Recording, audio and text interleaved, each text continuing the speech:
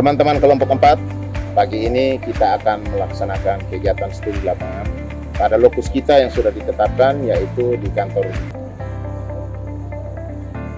Selesai. Mari kita melakukan semangat pagi. Semangat pagi! Pagi, luar biasa.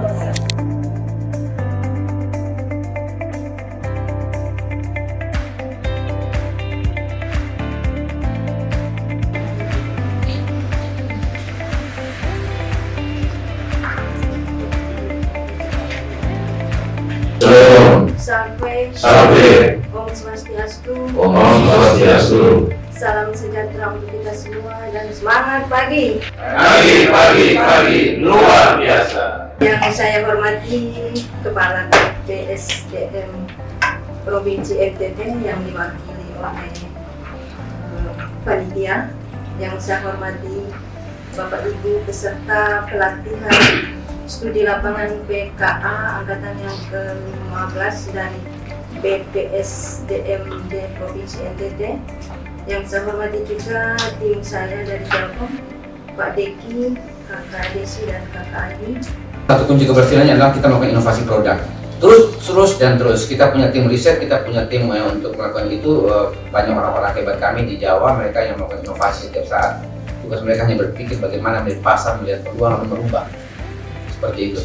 Contoh misalnya IndiHome sudah dikasih ke Telkomsel, muncul lagi namanya IndiBiz.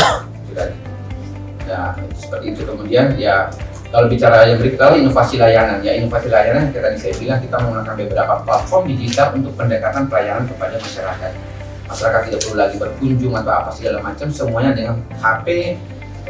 Semua layanan Telkom bisa didapat dan dilihat di situ. Jadi sangat informatif sekali.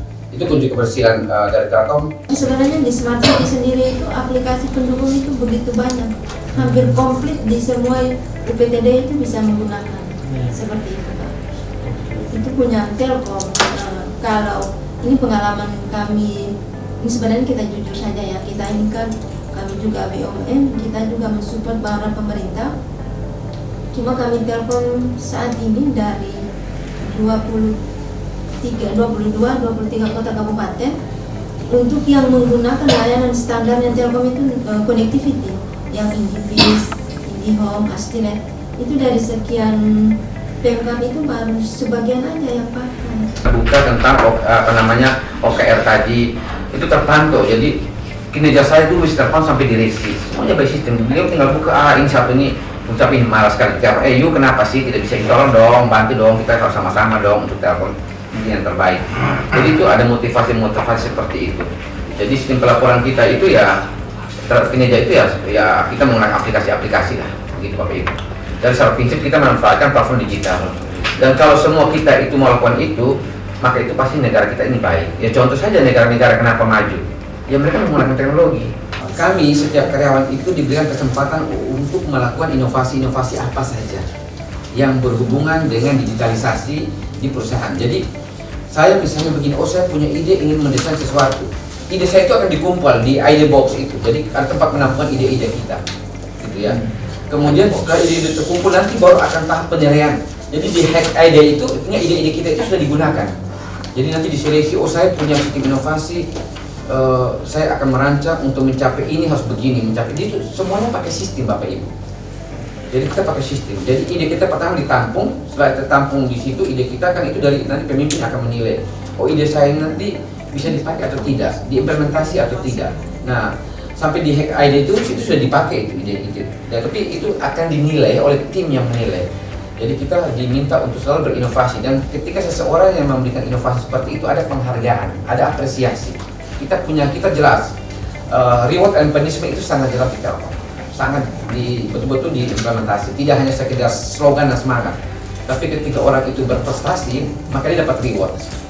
Tapi ketika dia bermasalah, mohon maaf saja, itu pasti ada punishment-nya. Dan punishment-nya tidak tanggung-tanggung Bapak Ibu, pecat ya pecat. Ya. Terutama kami menyangkut korupsi, kami menyangkut manipulasi. Kita juga punya tempat namanya certification center. Jadi kita juga bisa sertifikasi guru, sertifikasi apapun. Karena kita kerjasama dengan lembaga-lembaga internasional. Artinya Untuk peningkatan kualitas karyawan ini sebenarnya kami sudah bekerja sama dengan beberapa instansi, misalnya Bank NTT. Terkadang mereka ingin belajar sesuatu, nah kita punya tim yang akan turun atau mereka akan bareng ke tempat kita. Ini yang namanya smart office. Smart office-nya ini. Jadi ini kerja cerdas seperti ini, kita terbuka. Bahkan antara atasan kayak itu, bapaknya atasan langsung bisa melihat.